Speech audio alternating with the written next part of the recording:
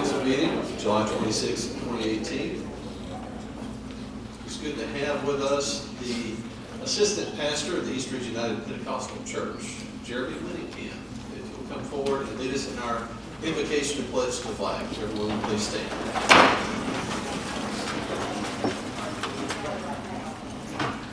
Dear Lord Jesus, we thank you for this time that you allow us to gather together.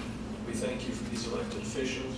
You have told us in your word that you raise up men and women to serve their community and that we should pray for them. And so we do that tonight. We ask, God, that in this meeting, that your peace, your wisdom, your guidance and direction will be utmost. That you would guide us, that you would protect all of our police officers, our EMTs, our firefighters as we serve their communities. And most importantly, Lord, we ask that you would lead us to help those who cannot help themselves, to protect those who cannot protect themselves, and to assist those who assist others. Keep us in your care and bless this night, we pray. In Jesus' name, amen. I pledge allegiance to the flag of the United States of America and to the republic for which it stands, one nation, under God, indivisible, with liberty and justice for all. Thank you, sir.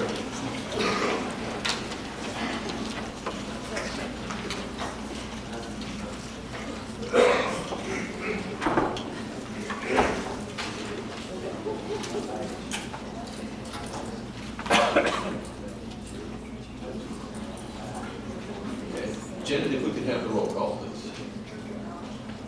Mayor Lambert. Here. Vice Mayor Sewell. Here. Councilmember Cagle. Here. Councilmember Hilton. Here. Councilmember Williams. Here. City Manager Miller. Here. City Attorney Gibson. Here. I believe we have a presentation of a check from the East Ridge Citizen Volunteers to the IBPO Local 735.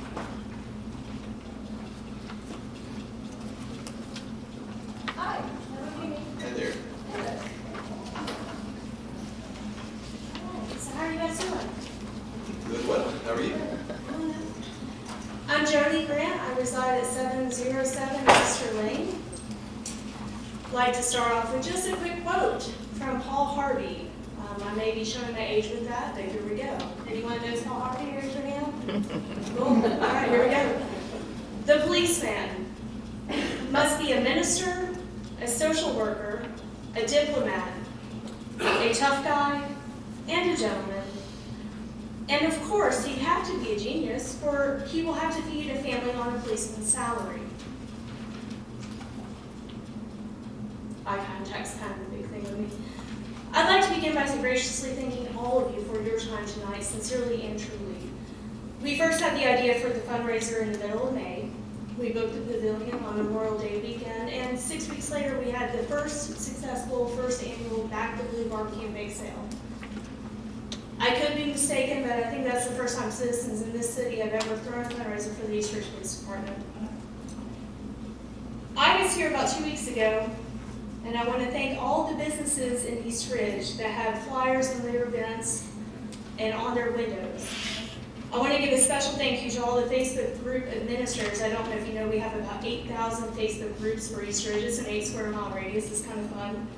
But I want to give a special thank you to all of those for the multiple postings that we did in their groups to try to get the word out.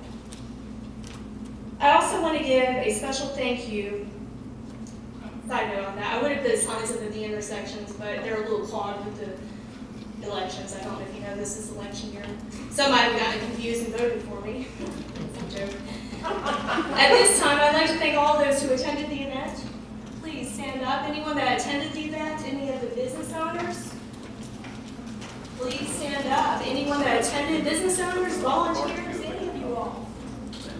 Look around, look at this community, this amazing community that came together to help raise money for the East Ridge Police Department. Give yourselves, please, a round of applause.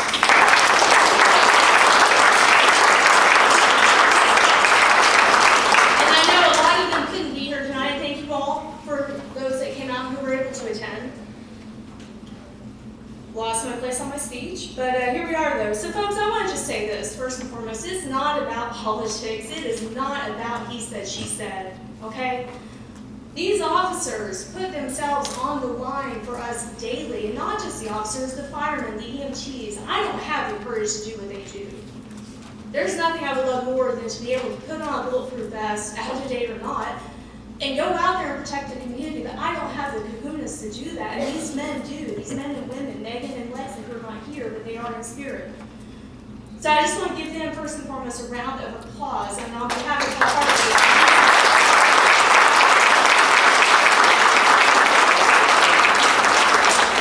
at this time, my really big special thank you goes to Tim Boyd, the Hamilton County Commissioner, District 8. Please come up.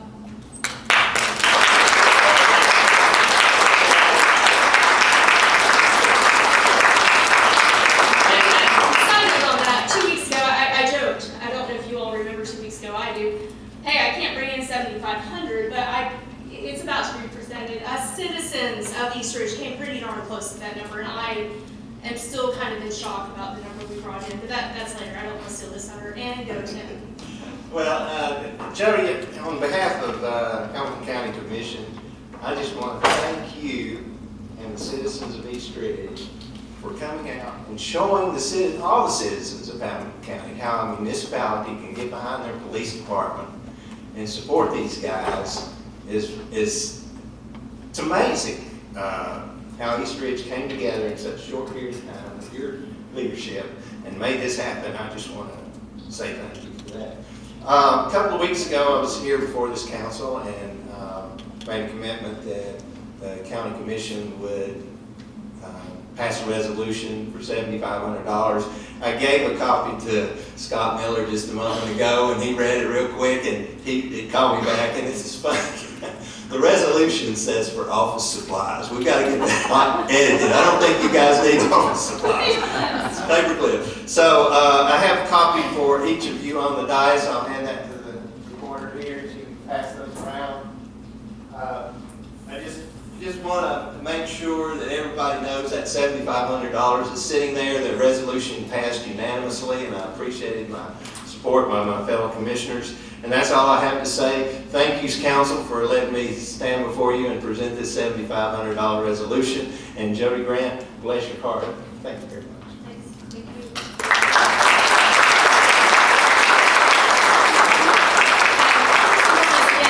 Thank you for doing what you always do, standing up for the people of East Ridge. It means nothing more to us who not involved in political hoorah. So first and foremost, thank you all as well. I know that Esther and Brian and Mr. Cagle, attended, and thank you all who made it out. So without further ado, I'd like to present myself for my new chief. That's a joke. To the IBPO Local 735 for $5,000. What's this amount? $5,528.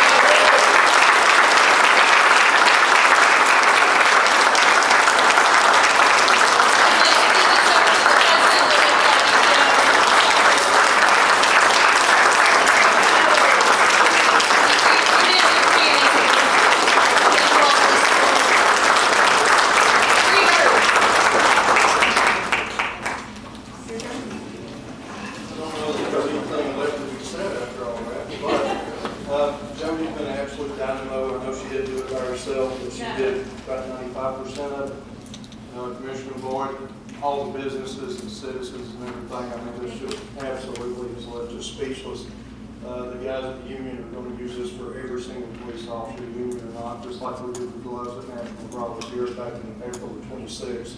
But we're already going over some of the things that we feel like we're going to need. We're getting the cost on that and everything. And we just thank you. Thanks.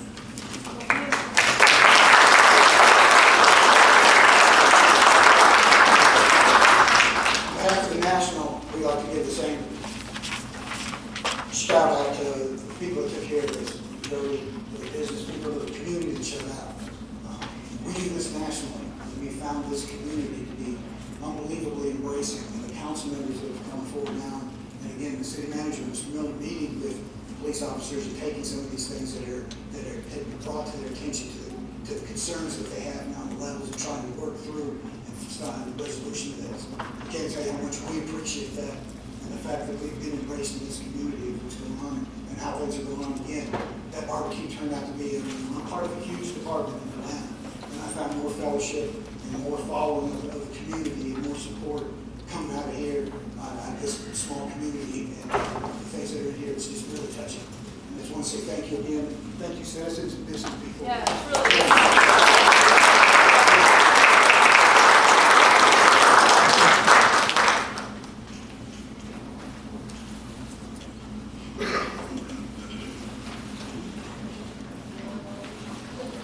All right, thank you all. Do you think I'm really?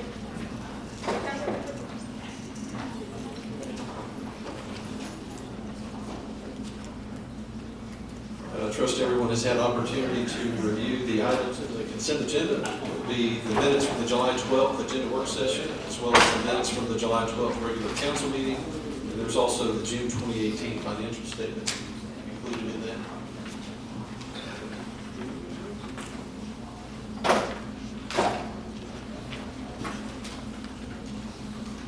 Do we have a motion in regard to the consent agenda?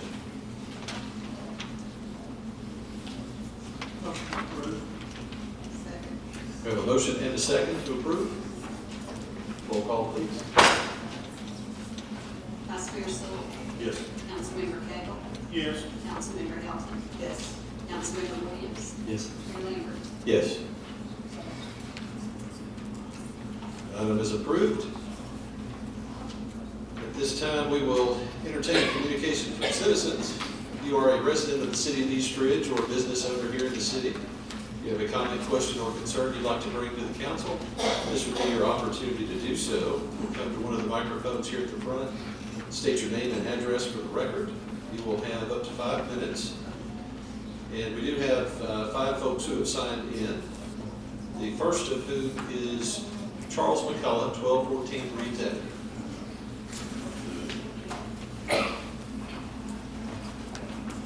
Hello, Mayor and Council.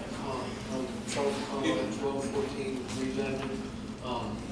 I'd like to speak for a minute about a flooding issue we had recently on Reeves Avenue, and I've actually made some packets of it.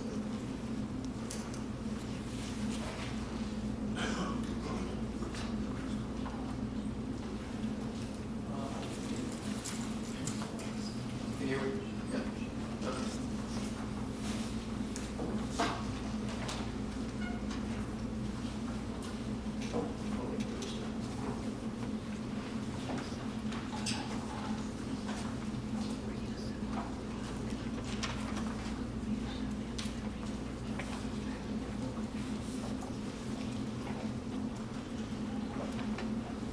Okay, as you can see on the diagram here, we've got a drainage ditch just west of the neighborhood that's gradually over the years has gotten eroded, too small and full of weeds that have grown in it. You can see it right there. When we get a lot of rain in a short period of time, it floods. This happened recently on June 28th. You can see the pictures on pages 2 and 3. Page 3 is actually my neighbor's backyard over here, if you want to know that light.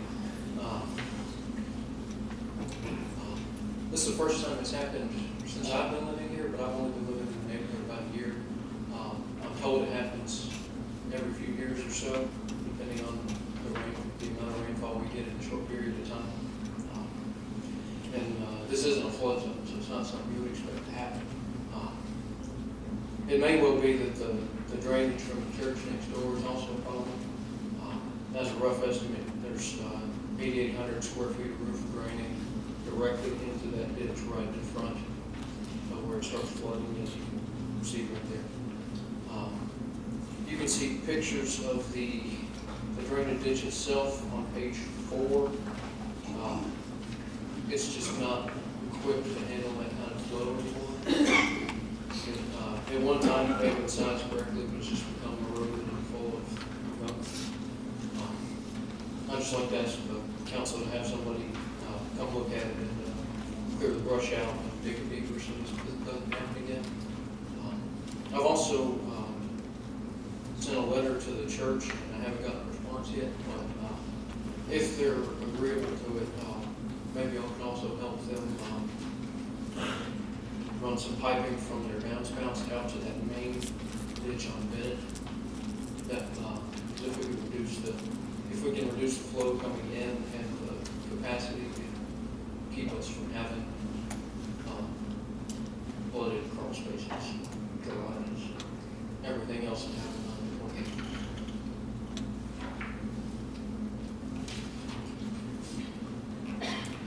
Thank you, sir. And you said that was the 28th of June, is that right? No.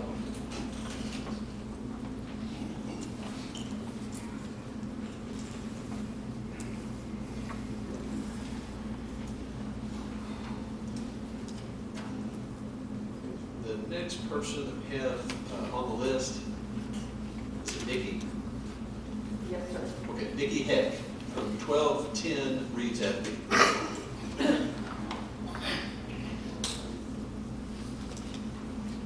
Hello, Hi there. this is my house, I'm sorry, which one? The, 2. Everybody on page 2?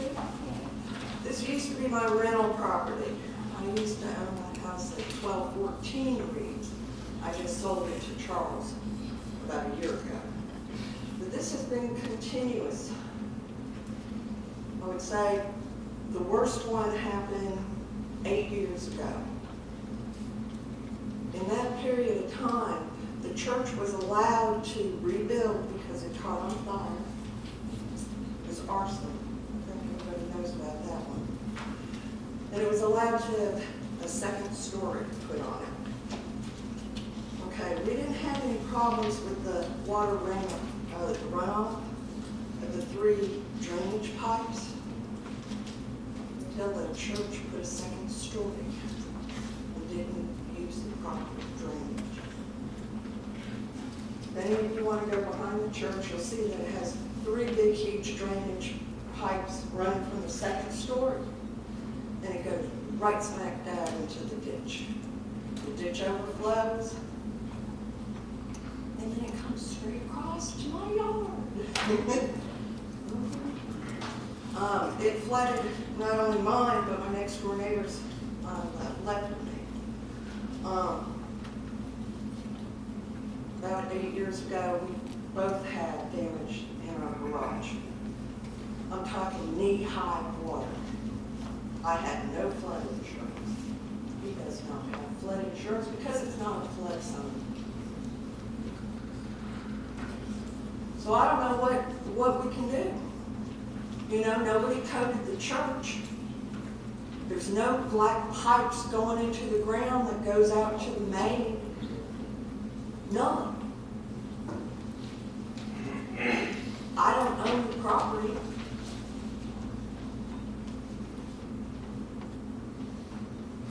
So I don't know. I'm just asking for help. You know, we're not in a flood zone, we're big flood.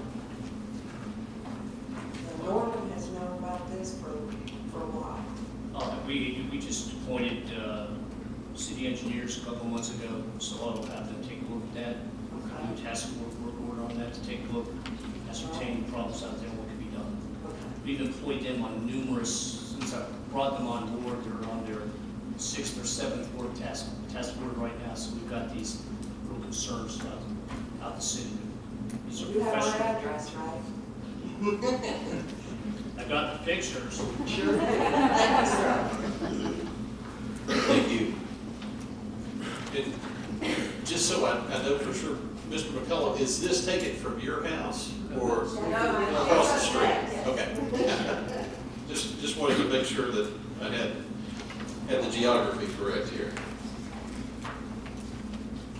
Okay, so the next person is Bonnie Noble from 1205 Reed's Avenue. So I just moved here about 2 months ago from the Smyrna, Tennessee area, and most of those pictures are from my house. That was the backyard, but I did want to show you this because this is my dad. He's Charles, he's been here this one. And so that's how high it came to my dad. What's your address? 1205 Reed's Avenue. And so I wasn't told when I purchased the property it was in a flood zone or any kind of flood insurance. And this really scared me to see it coming up that high like that. That's a lot of water. That's my back deck.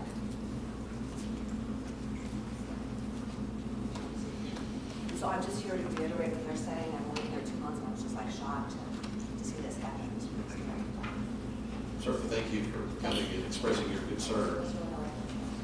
Well, thank you, and we'll definitely have the city engineers take a look.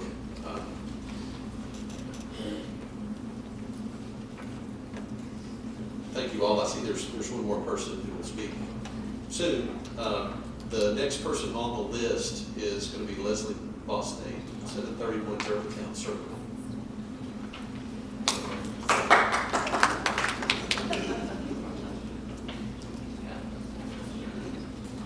Good evening. I have, of course, 2 different issues to communicate. Should I take 2 5-minute windows? Try to be as quick as I can. Yes, ma'am, it's 1 5-minute window. Okay, I have 2 different issues, so Okay. we'll run through them very quickly. Concerning the time change on the IDB meeting, did any of you generate communication outside of your government email addresses to any of the IDB members?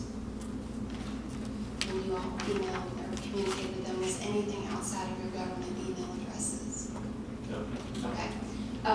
Are the bylaws, Ms. Pauls, are the bylaws on the website the most current bylaws? Yes, and That's okay. yes, and the time is not set in there. That would be something they would vote on. I understand that. So when I looked at the bylaws, it looked like they are only mailed to one particular time, and that's their annual meeting on the Yes. second Tuesday in October at Yes. 4 o'clock. Otherwise, it looked like it was pretty loose, that they could meet for special meetings anytime, anywhere, as long as it was within East Ridge. I presume that's public space that Yes. they're required to meet in? Okay. It also says that they have to give a 3-day notice, and it says in their bylaws it's either written or printed. So does that exclude them from having to use the electronic board outside of City Hall? Well, they can use the electronic board. We can use the electronic board, we post it on our website. I understand we use it, but their bylaws say that it has to be written or printed notification of a special meeting, so I'm a little concerned about that. We usually put it on we'll put it out on the sign, and that's printed. It's just electronic. I know, it's We put probably that on the splitting website. hairs, but I just want to make sure that if they decide to meet, I don't think anything's posted yet for August. No, I have not gotten a response yet. Okay, but do citizens feel confident that it would be put on the electronic Yes. board? Yes. Oh, yes. Yes. Okay, well, based on the Housing Redevelopment Authority meetings, I just want to be clear that citizens will be aware of So then I next have a week. note on my calendar to post if they're coming in. Okay, awesome. Mr. Miller, I think you referenced a check that was written to Heffernan and Cronenberg for services rendered on the canceled town pavilion. Do you remember how much that check was written for? I don't know, Okay, I'm so- sorry. That's okay, I know it's kind of, I'm not We trying have to to pay them up blindside to you. that one point. Do you think it was as much as 50,000? No. Okay. No, it was less than. Thank you, Be honest Mr. with Miller. Yeah, Sorry. that's okay. Jeez. It was around 10,000. Around $10,000 About that. for services rendered. Yes. Okay. I want to applaud you in particular for cautioning council not to vote on moving forward on the animal shelter until it is approved in the border region, because I suspect that that's going to be, as you said, Heffernan and Cronenberg, and I don't want. I don't want to spend money that will come back saying that the project may not be able to be done, because if it cannot be done with Border Region, nor do we want to see the others is going to have to be looked at with a bond issue that would be property taxes and sales taxes pledged to pay that. I understand there's a lot of money at risk, and I appreciate your It's a high caution and prudence. Is the IDB, if it's approved in the border region, is the IDB required to participate in these plans? No. Okay, you could correct me if I'm wrong, but I think according to the Tennessee Code annotated, and I'm not trying to blindside you, but 7-53-1, the IDB has the power to acquire, own, lease, dispose of property to promote industry and develop trade. So the IDB has a significant role in Board of Region, correct? They do, however, Board of Region, the IDB does not have a budget, and the Okay. budget comes from this body up here. Okay, so I So if just, they have no dollars, then they can't go out there and acquire land, they have no dollars. but they can also be part of the process of acquiring land for the animal shelter. Would they be involved in that process? Because I think there's another Tennessee Code annotated 7-40-1 that says the IDB enjoys the powers granted through the Board of Region. My point being, I think that the IDB meetings should be accessible to the public. It is. Okay, They are, like, every meeting that I have met with them has been open to the public. okay, well, and thus my request that they shift the time so that us citizens who are working have a reasonable time to attend. Right. I heard the chicken timer. Unfortunately, I have a really important issue about the Sweet Bay Apartments. You know, if you're willing to let somebody else yield their time to me, I've kind of done some more research on Sweet Bay. Because it's gonna affect us too. Okay, I understand It is- that. I understand that. It is on the agenda tonight. So you have time. To address it when it comes up. Yes? No, actually, no. No, It will be, it's potentially, it's on the agenda tonight to potentially take it off the table and take action on it. Unfortunately, we are, The timer's going off, but do you I know have that a question. Lexington? Does the 5 minutes count towards what they actually speak or the time it takes you to answer the questions? it was actually explained at the last meeting that we are trying to get away from the Q&A because it becomes very difficult to It does, determine The how much time Q&A, the person the is actually. Q&A benefits the citizens. Do you know that Lexington Assets has a crime-free lease addendum in some of their properties in Illinois? I think this is an important part of our city, to research what Lexington Asset is doing in Belleville, Illinois, with some of their properties. They are including crime-free lease addendums that require their tenants to abide by crime-free living, and if they don't, then they're evicted. And I think this is an important piece that you all, especially those who are considering running this city for 4 more years, should look into before we vote on the Sweet Bay issue. And I have copies of information, and I'll just pass it out, and then I'll be done. That'd be I think great. the citizens would be interested in that, so.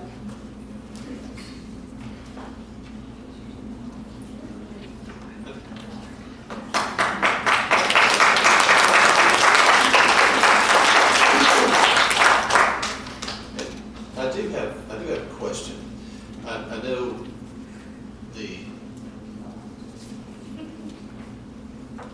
the IDB meeting at 5 o'clock in the afternoon can be difficult for some people to attend.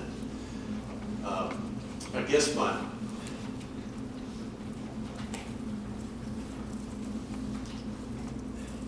you look at the Hamilton County Commission and they meet on Wednesday mornings. The state legislature runs all day, Tuesday through Thursday or Friday. To me, those are far more inaccessible than a 5 o'clock meeting. Now, again, the IDB can do whatever they want to do. But when you made your request to move it to 5:30, someone else sent a request in, essentially demanding that it be 6 o'clock or later. And I guess my question is, at what point does someone come forward and say, well, I don't get off work until 6:30, so it needs to be 7 o'clock? And it just goes on and on. So that is the concern that I have. I appreciate your concern. Again, I will say, as I said 4 weeks ago, I hope nobody here has encouraged the IDB to discourage citizen involvement. I will tell you flat out that I sent an email to the entire IDB Okay? that said, you guys are smart people, and you can make a good decision, and I trust you will. But I did say that if you decide not to shift your meeting, the beer board meets at 5 o'clock, I believe, or 5:30. We have 4 city boards that meet at 5 o'clock or 5:30. There's only one city board that meets at 5 o'clock, and that's the beer board.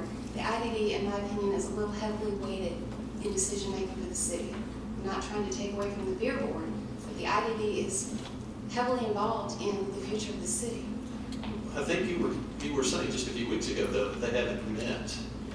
And so if they're not meeting, then their involvement is limited. Possibly, I don't know, I've never been to a meeting, I'd like to attend them.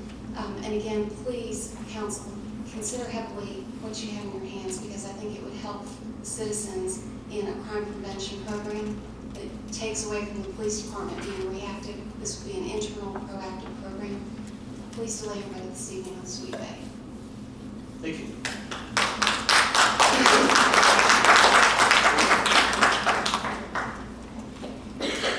The next person is Jody Hall, 1213 Reeves Avenue.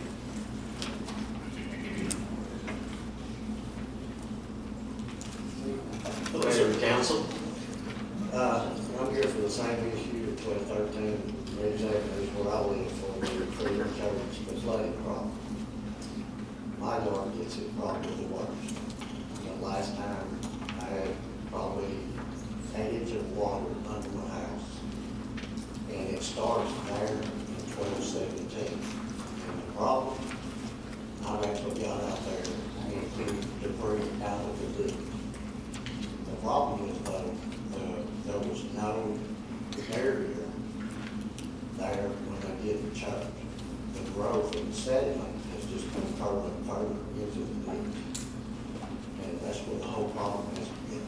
Is the growth from their church property? Yes, sir. Thank you. In your 1217? 1217 is right beside me. Your It's 1213. Gotcha. All right. There was no barrier.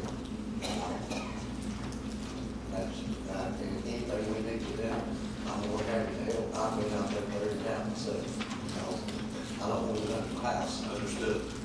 Well, thank you for coming tonight and sharing your concern. Every bit of information that's been shared has been very helpful. Well, you saw the pictures of her, right? And it's, Anything, I mean, I will help. Anything I can do. thank you, sir. Thank you.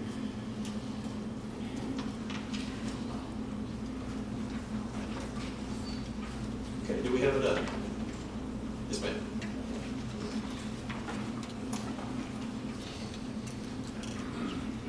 Name's Laura Mathis, I live at 2100 McBride Road. I want to follow up on the handout that Leslie gave you. Since she ran out of time, I'm going to cover some of the basics about it. On the top, there's a 3-page document talking about when Lexington took over the Copper Creek Apartments in Belleville, Illinois. There was a pretty big crime and derelict tenants. Just they had a lot of issues with people living there. So in 2013, they came up with the idea to have a crime-free lease addendum on Copper Creek Apartments. So you can't rent there unless you sign something that says they're going to run your information to make sure you don't have any outstanding warrants, things like that. It was conceived in 2013. In 2014, they actually approved creating the committee for crime-free housing in their city, so that it's not just that one building. Now they're doing crime-free housing committee for trying to do all the apartments in that neighborhood. And in 2014, they set it up, but I've given you the minutes from when they created the actual committee. And then on the last page, the city of Bellevue has a crime-free housing committee meeting every month, just like it was another board or commission under the city of East Ridge. We really, we've talked in the past about our renter population being almost 50%. And I feel like a change in the direction of controlling some of what we rent to could be achieved through something similar to this document. So I urge you to please read it and think about it with an open mind, because we really do feel like the community could benefit from something like this. Thank you. Thank you. Who we have another? All right, we'll move to communication from council. Ms. Helen, if you have anything for us. Mr. Williams. Just a reminder about the Old Association tournament, is that coming? You want to possibly attend? Sir. And that's August 3rd. Yes. Fridays. Fridays. August 3rd. 9 o'clock, I'm sorry. 9 o'clock start. But we need to sign up ahead of time. Right, you need to register and make sure you're Bob Cousins has been. officially part of the process. Right. Thank you, sir. Mr. Sewell. Mr. Casey. The only thing I got to say is about the Reeves Avenue thing, back when this big, tremendous rainstorm came, I live right there, you know, we all know about it. Anyway, that was the first time in several years that I had seen water up over the top of Lazar Street, that runs down the side of my house. And the ditch that runs down the house behind me, it was at its max. I understand where the drainage problem is coming from, because it's going down and it takes a sharp right turn behind the duplexes. And then the ditch gets smaller. Then it goes down there behind Mr. Witt's house, turns left into even a smaller ditch. And it goes out to, I think it's, next street down below my house, if there's some county house. But that rainstorm was a tremendous rainstorm. That's what ordinary Allen County faced there. But everybody from there down, Lazard Street down to the next street, back toward the town hall, they had that problem. And it was due to big ditches going into little ditches, and then coming out into bigger ditches, so. That was. Our engineers can, determine. And that's why I asked to make sure on the date, because it was a tremendous storm. That doesn't mean that we shouldn't look at this issue seriously, but it was pretty bad. It wasn't. It's not the first time, it's Right. several times in my yard. Right. Just in the last few Like I years. said, definitely we're gonna take a look at it and see if we can get to the bottom of it. Thank you, sir. Yes, absolutely. Absolutely. Thank you. Do you have anything? No, it's all good, sir. Thank you. I don't have anything at this time. Mr. Miller, do you have anything? I have nothing, sir. I'm sorry, I take it back. I will say this. I'm glad to see Mr. Litchford here. He has, if he stands up periodically, understand he's had some back issues, and that's why he was not here the last meeting. And I'm very glad to see him here tonight. Thank you. Right. We will shift to old business and ordinance number 1076, item A. Again, it's on the table, has been tabled. So, In order to the City Council of the City of East Ridge, Tennessee, to amend the zoning regulations and the zoning map of the City of East Ridge, Tennessee, so as to rezone the property located at 3623 Fountain Avenue, tax map number 156M-H-002, from R1 Residential District to R3 Residential Apartment District.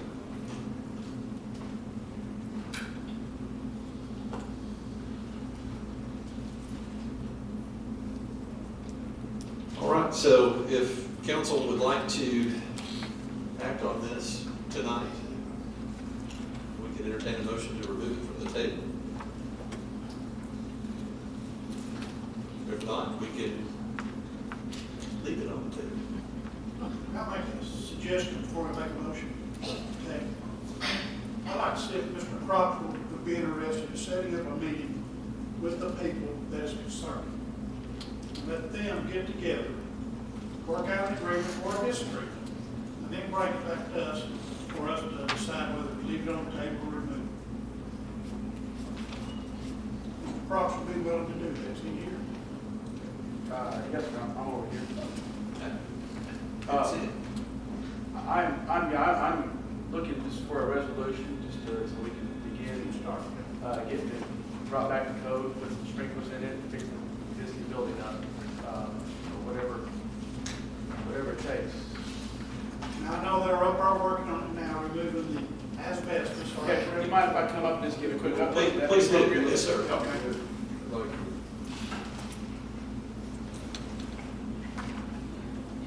Mike Roxel. Yeah, just to give you a quick update with the suggestions of the council, we have been able to start with the demolition. And the first portion of that is to satisfy the air pollution protocol, and that is get all the asbestos containing materials out of there. I mean, they're into a six-figure investment already, so they're serious about this and getting this thing cleaned up and fixed up nicely. I mean, there's been 5 4-yard containers hauled off of there. We should be past that point soon, and then John Schultz with the Air Pollution Commission can notify East Ridge so they can give us the approval to start the structural demolition. So the ball's rolling on that. We're currently going.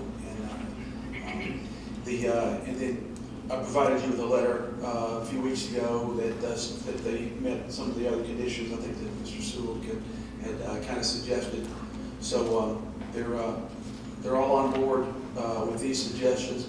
I'm not sure what else there might be, Mr. Cable, but you know, they want to be good neighbors, and like I said, our goal right now is to begin the restoration and upgrading of the codes. And we've got crews chomping at the bit to get started on this job, so I mean, we would love to be able to get permission to get the zoning fixed so we can get it fixed. One of the things that I had was, they were talking about back that it was full blown, you know, everything there livable. They were walking up over the hill through people's yards, and kids were going up there to catch the bus stop, because our townhouse system, there are 3 different bus stop areas in there. So I don't know how the county's going to, you know, because I agree that you say you're going to build a bus stop thing, but if they've got 3 bus stops, different bus stops up there, different locations, and one of them is the kids walking out there, Germantown Circle, catching the bus through these people's backyards early in the morning. And that was one of the things, build a fence up there to keep them coming from there to there to Germantown Circle, so. Maybe that might be something to be coordinated with the school board on designing where these children catch the bus. I don't think they should be forcing them to walk through people's private properties. So there might be a solution. You talking about the bus stop then. I don't know if they can do that or not, can they? What's that? They've got 3 different bus stop locations up there. I think it's middle school, grammar school, and high school. 2 of them down there at the foot of the hill where the road comes over the Springfield Road down there and meets down there. And the other one is up on Germantown Circle where the middle school or the grammar school kids, I don't remember which way it was. The other one was having to walk through the backyards. You go up to catch the bus across Germantown Circle or another Germantown Apartments. If there's a substantial amount of kids there, I think they could probably make the bus stop because the road's too narrow, no sidewalks. I can have the meeting, if you're gonna be here, I'll give you a number of the director to call, request the bus stop. Okay. And know what you're gonna do, you're gonna build a little area there for them and all of them. I think they'll probably agree to it. Okay. Be glad to. So don't we need to table that until this is? It's currently on the table. So if no one acts on it, then it stays on the table. Now we can't, I think we can't request, without taking this off the table, we can't request something additional. And I hate to say it this way, but an additional stipulation. Sure you can. That's okay. So I think that's legal. We could do that if, Mr. Cable, if that's what you would like to do. You know, I just like to have you know, the citizens hear about it, the ones that can't hear, they hear about it. And then the ones that don't can't hear, then they hear it secondhand. And then they kind of talk to us outside here. And so I'd like to talk to that man right there. And then give him one more time to go talk to him, work out an agreement that would satisfy them. That group, you know, because they all got a living amongst all the traffic congestion. And I realize when he goes back with it, there's gonna be less units up there for what was there. So that's gonna cut the traffic down. And then, Mr. Custer made a statement last time, he has never worked a wreck up there in front of Triffids. So, Would it be possible to approve it with the condition that we get this bus stop taken care of? It is possible, but again, it's going to be a council decision, whether they want to do that specifically or wait. So, council, what's your pleasure?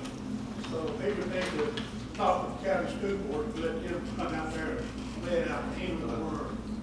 This is the way it's been going, excuse me, this is the way it's been going in East Ridge. If something doesn't change, this is what's gonna happen, okay?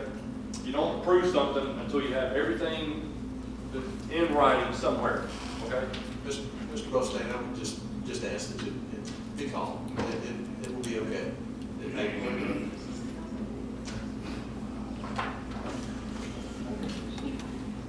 All right. Well, the thing, the one that they're tearing down, right, they can do whatever they want to with it. Basically, I mean, they tear it down and build without going through anybody else. Is that right?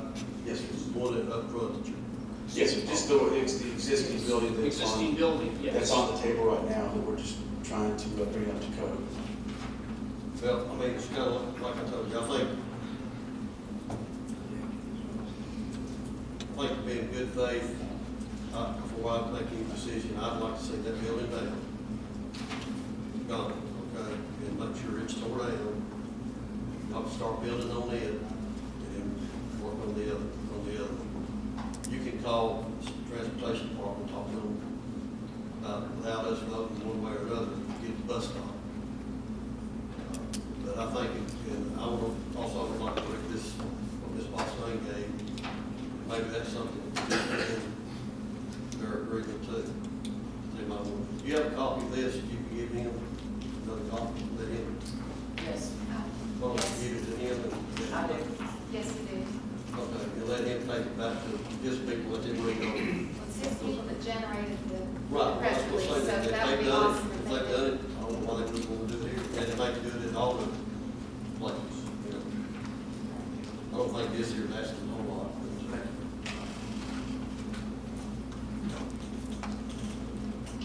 Maybe this should be done with all the section 8 and all myself, automatic.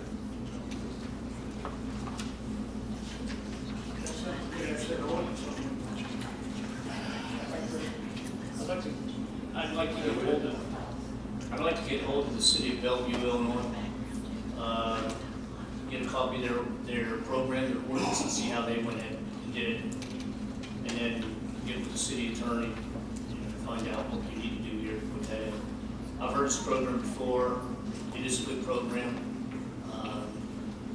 Something that would help us definitively have a positive action on our crime elements. Could it be also implemented on in rental homes? In what? Homes? That I'm not sure. I know apartment complexes you can. Rental homes is something a little bit different. We don't, rental homes is hard to control to some degree. Bottom line is if you want to rent your house to somebody, you don't have to get approval from the city or anything. Okay? But apartment complexes, yes. Chattanooga has a plan like that. Do they? In their housing projects, because one of them is they have some thing, no gang members. Okay. Once they find out there are no known gang members. Right. Then they're out. And they have something similar to that. Well, I've had something similar to that where I've been before, but that's when the city controlled Section 8. We don't control our Section 8. Oh, okay. You know, that's the problem we have, is how do we get Hamilton County control the Section 8? Are we getting administration? I work with communities that have zero tolerance on any kind of crime. You know, grandma has her grandson come up and sell dope out of it, and she's kicked out. Sorry, but zero tolerance if you administer it, if it's a city administrative program. That would be something that we'd have to check into.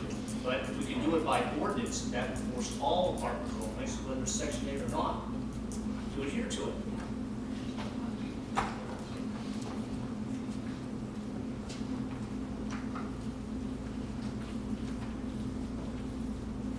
Probably do that anyway. Yeah, I think we look I at this researched it. and I'll get that tore down, get that started working on it, and then let us give us a little more time on the front one.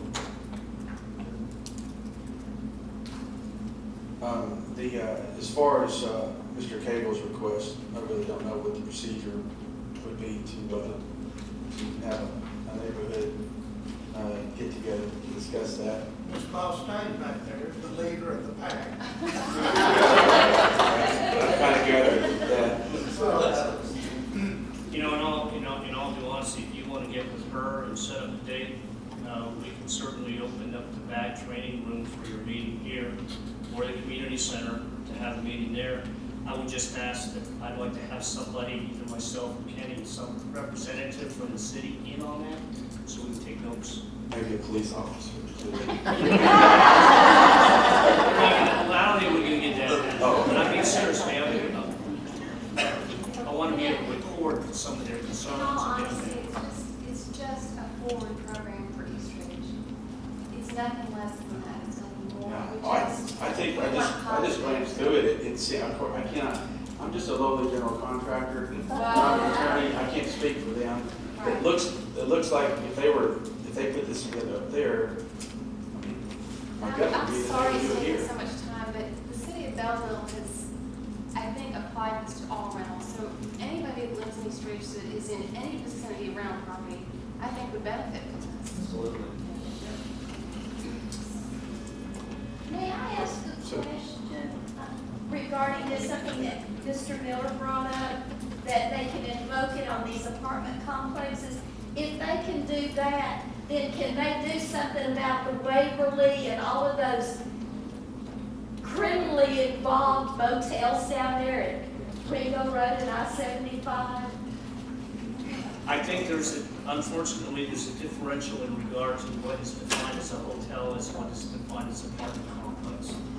And I hear your concerns about that, certainly. Because we started having random little small burglaries down there at Max Smith, Marietta, Garner, around in there. My neighbor across the street texted me about it yesterday. Yeah, unfortunately, we've got, Budgetel has now opened up a couple buildings and we're seeing recurring problems coming out of there.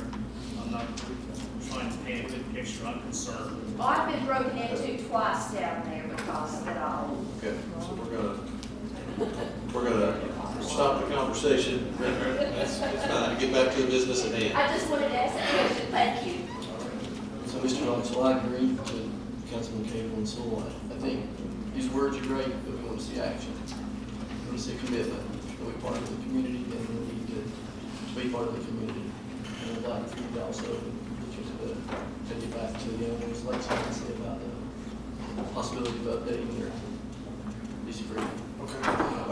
Fair enough.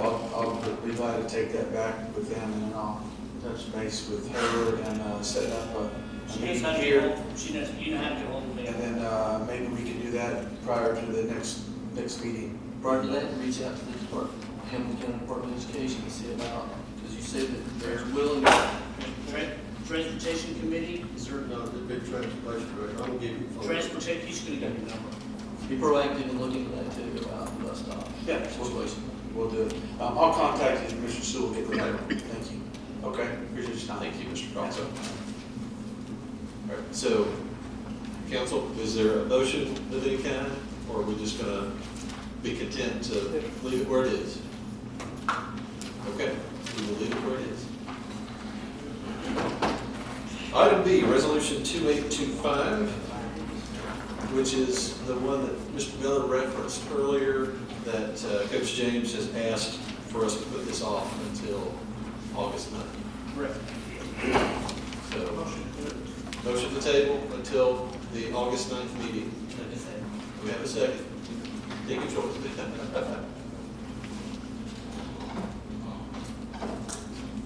we can have roll call, please. Vice Mayor Sewell. Yes. Councilmember Cagle. Yes. Councilmember Hilton. Yes. Councilmember Williams. Yes. Mayor Lambert. Yes.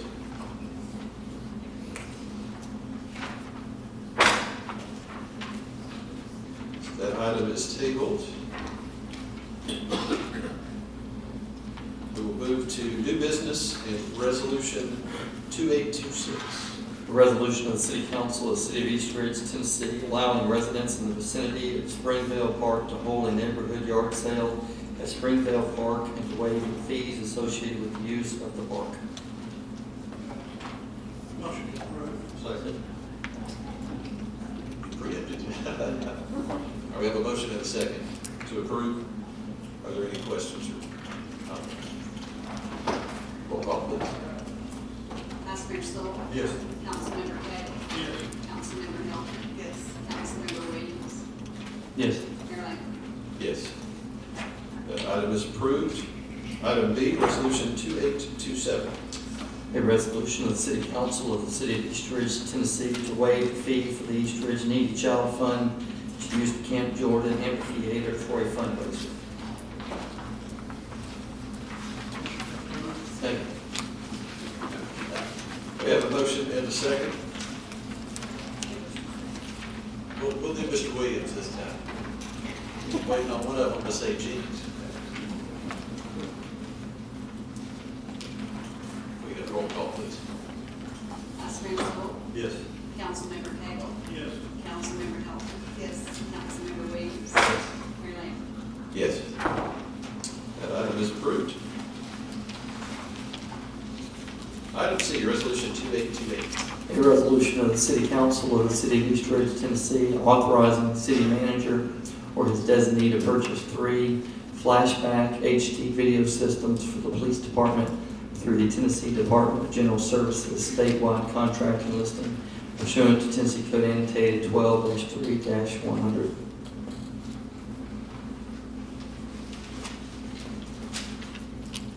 We have, Chief, you want to like to present some information?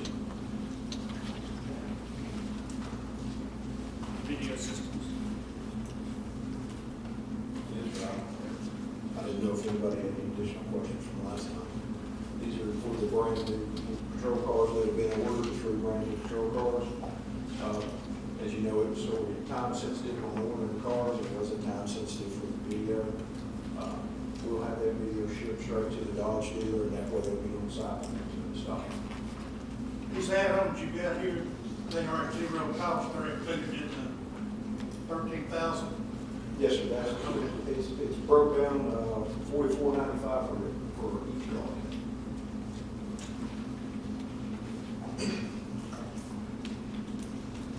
To approve. We have a motion to approve and a second. Are there any other questions? Thank you, Chief. Roll call, please. Vice Mayor Sewell. Yes. Councilmember Cagle. Yes. Councilmember Hilton. Yes. Councilmember Williams. Yes. Mayor Lambert. Yes. That item is approved. Item D, resolution 2828. A resolution of the City Council of the City of East Ridge, Tennessee, authorizing the city manager or his designee to purchase a 2019 Ford F-250 4x4 for the sanitation department through the Tennessee Department of General Services statewide contract listing pursuant to Tennessee Code annotated 12-3-1201B. Motion approved. Second. We have a motion and a second to approve. Are there any questions? Roll call, please. Vice Mayor Sewell. Yes. Councilmember Cagle. Yes. Councilmember Hilton. Yes. Councilmember Williams. Yes. Mayor Lambert. Yes. That item is approved.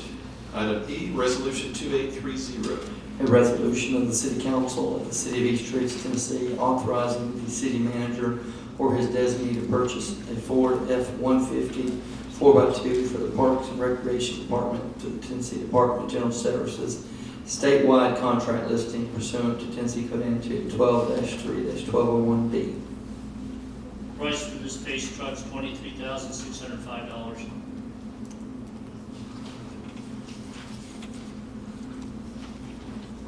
Motion to approve. We have a motion to approve and a second. Are there any questions? Roll call, please. Vice Mayor Sewell. Yes. Councilmember Cagle. Yes. Councilmember Hilton. Yes. Councilmember Williams. Yes. Mayor Lo. Yes. That item is approved. Item F, Animal Control Facility to the Board of Regional Redevelopment District plans. Okay, the question is of whether an animal control facility is an eligible cost to be funded by the Board of Region sales tax dollars, was briefly discussed at the July 12th work session meeting. Our IDB attorney believes that the city can legitimately claim the project as an eligible cost further than the amount in good case that the project is eligible. However, he prefaces, and this is Mark Mamicall, he prefaces that the only sure way to be assured of this is to ask the Tennessee Department of Revenue. So I'm asking the council for formal direction as to whether the city should proceed in seeking assurances from the state that this project is eligible before we sign a contract with an architect to incur costs and also acquire any problems. How long do you think it'll take to get an answer? I'm going to ask that I'll get on the phone tomorrow with Mark Mamicall. He knows the revenue commissioner personally very well, more than I can get through to him. So I'm going to ask him to shepherd this thing through. He's already asked me if I wanted to do that, and I just said hold off until. Doc, is there, with putting, say, if there's enough room to put, animal control building, but also put a park help? Having some. Both of the parcels of property I'm interested in, and since the last meeting, I had one individual go down substantially in price, and the other one went up substantially in price. One's about a 3.3 acre, the other one's a 5.1 acre. Of course, the more land, the cost goes up. Yes, you can put an animal control field facility on a portion of it, and then the rest of the balance of that could be a dog park. You could have a small dog park. Some people think that the state is classified as a small dog park P an acre. To me, that's very, very small dog parks. The dog parks that I have done in the past have been 5 or 4 acres. Does the city owns the property behind that property That property behind that property is so dense, so vegetated with trees. It used to be a dump for concrete and asphalt. That site preparation cost on that is in the hundreds of thousands of dollars. That's my belief. I've walked a portion of that. I mean, you're looking at major dirt hauling in, because you've got some deep areas you're going to have to dig out to get that stuff out of it. You could do either parcel, but I guess before we make any commitments to this, I think it comes down to is can we use Board of Region dollars? Are we sure of that? Would the dog park help in the decision? I don't know if it would or not. I can't. You're asking a question. I mean, will it bring people to the? That's what I'm saying. People to the city will bring. I mean, when you look at the border region, you're talking about redevelopment and tourism. It's got to fit within. Has Bristol done anything like that? I don't know. See, Bristol was a little bit different. I mean, they went out there and bought themselves, it was 950 acres of vacant land. They bought it all up front. And they went and bought all this up front and they built. So all of this is coming in with bringing property tax dollars as well as sales tax dollars, hotel motel tax dollars, et cetera. The actual Board of Regent legislation references a lot of different things that could be considered as eligible cost. Parks would be one of those, if it enhances the Board of Regent. Yes. It's specifically listed as park, it is included, says the state, it also includes development parks, plazas, roadways, bridges. And I'm good to go, I mean, if we want to ask the state, I think you open a door unnecessarily if you do that, but if that's what the council wants to do, then we can go that direction, but I think,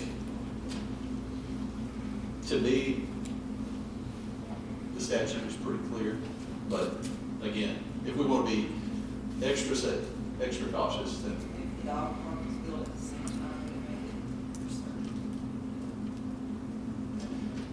it The dog park could be, we stayed within the $1.5 million that we somewhat have penciled in as appropriation for the land costs, the architectural costs, the soft costs, and the hard costs, which we the construction. We're talking about a 4,000 square foot facility, $200 a square foot, that's $800,000. So you could build a dog park. That's only fencing. Put a 5-6 foot fence up around it. You put one area for small dogs and one area for large dogs, because you can't mix the dogs together. A large dog will not get along with a small dog. They'll try to eat it. The dog park constitutes a park, It does. and that would be the. That would be a park area, sure. And I mentioned that the last council meeting, I think we have to include some sort of a park in association with that. We also talked about cash register to generate sales, and I think that we need more than that. If we want to partner with the Friends organization, we need an area for them to store their materials as they're selling, they're collecting, to display it and be able to sell it inside the building if possible. I understand what you're saying, Councilman. The only reason I'm bringing this forward to it is I don't want to make a commitment and build it, and 3 or 4 years down the line, the state comes in and says it's not eligible, you got to pay the city back. No, I didn't. Okay, now, at the last council meeting, there seemed to be the consensus of the council 4-1 to move forward. Since that time, you've changed your mind. I didn't vote last time. You got 3 and y'all quit. I'm sorry. Well, I mean, you couldn't have voted that meeting anyway. It wasn't formal. It wasn't formal. I'm ambivalent on it. I mean, a part of me wants to say yes, we should go for it, but there's another part of me too that I have seen in some states where some cities have been burned for using. If you set up a sizzling with an animal shelter with a dog park. Well, that's what I would do. Push it through. I'm going to have Mr. Ramatalk pushing through it, hopefully. He does. Add that on to. Yes, absolutely. It's an animal control shelter and dog park, yes. Mr. Miller, I feel like even having a nice animal shelter for the city would bring other people in. I live in Chickamauga. I've been a volunteer at Eastern Animals. I feel that we have a very good chance. I feel we have a very good chance of doing it. But I've been sitting in positions for decades where I have seen states come down on cities for using funds, CRA dollars, tax incremental financing dollars the wrong way and have to pay it back. Okay. And all I'm saying is, that's a question that has been asked to me. I posed it to our attorney, our Industrial Development Board, IDB attorney, and what I just read you is paraphrased exactly what he told me. He believes we have a strong case. He feels that it's an eligible cost. However, he says the only sure way to be assured is to ask them. Do you want me to ask them? I said, no, let me check with my counsel. What if they say no, and then are you still going to purchase that property anyway? I mean, because we're running out of property in East Eastridge to purchase. That's a the question, shelter. that's a So we have question that's council- gonna be up to the council. Yeah. Council decision. That's a council decision. Because like, Well, I think Amanda had said earlier, if we get a physical address, aren't there grants that can be applied for, but we don't For even have. dog parks, yes, for Not animal. for shelter. I have not seen any animal shelter grants, believe me. Animal shelter. They're very hard to come by on those. I've showed more park grants to them, and that's Park kind of what we're grants, wanting to do. yes, park grants. As a matter of fact, in one city I served, we had a dog organization called Paws raise $50,000 to build a dog park on 11 acres. I mean, this is just a contribution, so you What can if you do. built it and had to come back and pay it back, how many years down the road is that, are we talking about? Say you did the shelter and they come back. My job up here is not to make gambles. My job Well, I'm up just here saying, I'm just is saying. to advise the council, on the do's and don'ts. I don't carry a vote on this, but I would be remiss in my job if I didn't tell them that there's a downfall on this. Because what happens 3 or 4 years down the line, and this council listens to me, I said, don't worry about it, we can get this thing through, and 3 years down the line, we're audited and then told, you gotta pay back the dollars. I may or may not be here at that time, don't think I will, but, I'm just saying that's my job, is to advise the council both ways. Basically, he's in the position of not advocating one way or another. He has to simply provide the facts. Believe me, I want it. And if it's turned down, then I'm gonna find a way that we can do it another way. There are other ways to do it. At that property that you're talking about?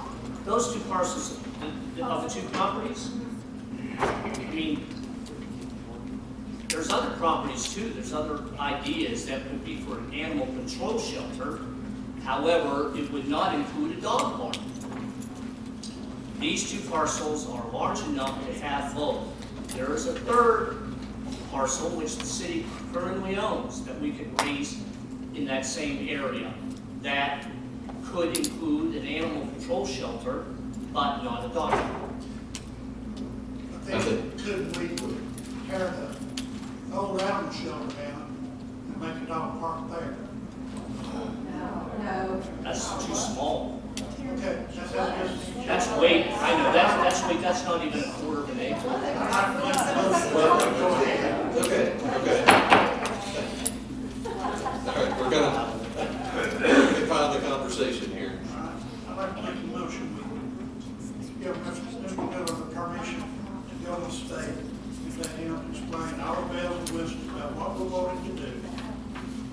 See whether we can get permission to do it. We'll come back next year, 2019-20 budget conference.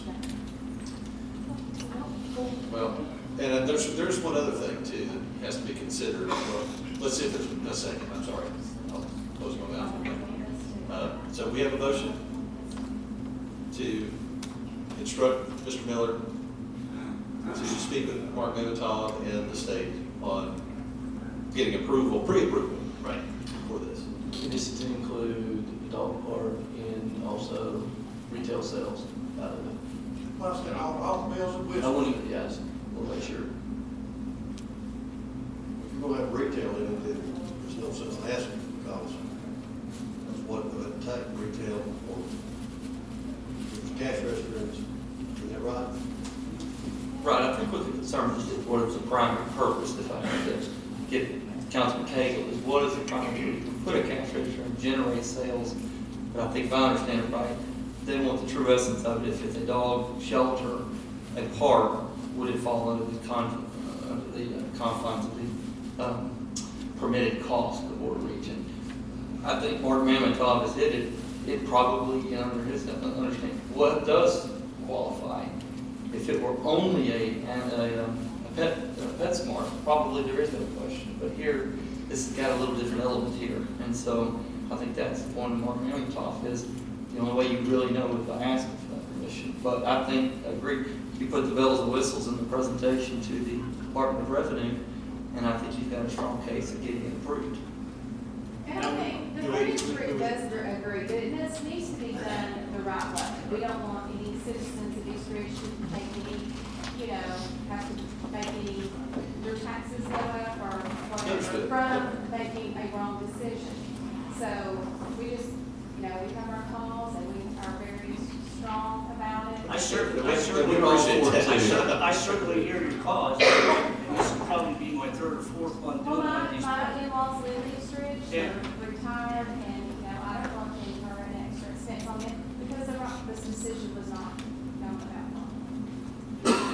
Do we have a second to Mr. Capen's motion? Second. Okay, so we have a second. I do want to mention this. I'll try to be brief. Even if we go get pre-approval from David Giordano, who is currently the Revenue Commissioner, there's an election coming in 4 months.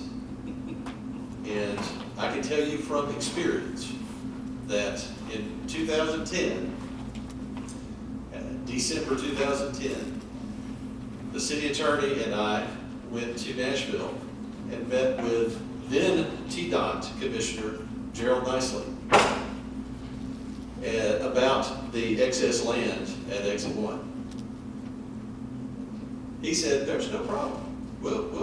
I think the excess land committee will surplus this and we'll sell it to you. We'll be helpful in any way we can. Well, he was Governor Bredesen's appointee. When Governor Haslam came in, clean slate, everybody's gone, Mr. Nicely's gone, and we go back in February of 2011, and the TDOT commissioner looks at us and says, what in the world are you talking about? And we had to start all over. I was at that meeting.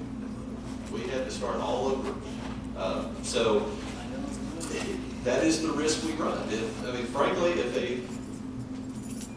obviously Governor Haslam is not going to be the governor anymore after January. Surely we can get a decision sooner than 4 months. Well, but that's the risk. If we get a good decision or a bad decision for that matter, from the current revenue commissioner, he may not be the revenue commissioner in January. The expenses are submitted. Right. If you got it in writing, would that be? They could still change their mind. I think this thing is written so vague, they haven't turned us down on anything yet. They did, in the interest of full disclosure, I think Bristol, the developer there, did turn in some costs that were rejected. Yes. And they went kind of back and forth, and I don't know how that resolved, actually. A little on both sides, we'll talk to them. Maybe they kind of met in the middle, but anyway, a lot of possibilities, and again, Really stress hard at it. I'm sorry? I think you have to really stress the building the park, the parts that.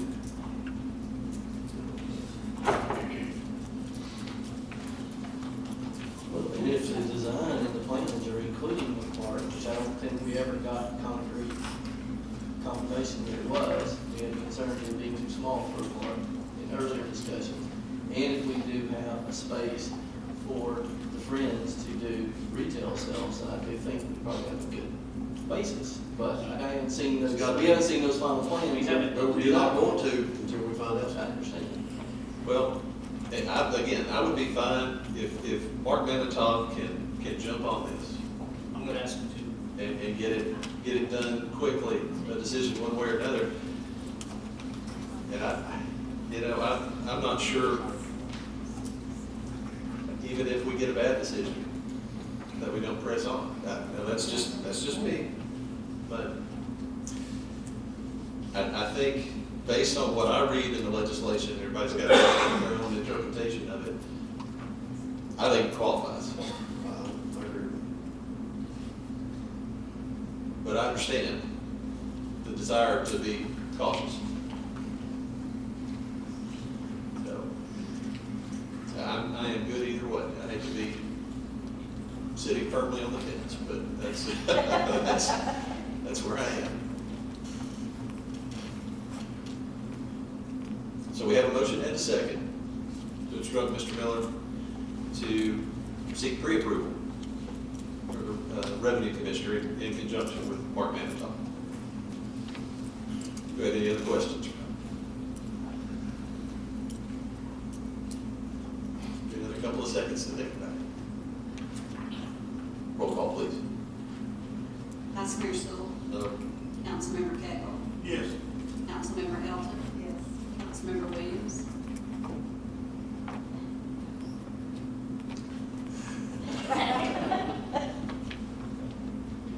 Restate the motion.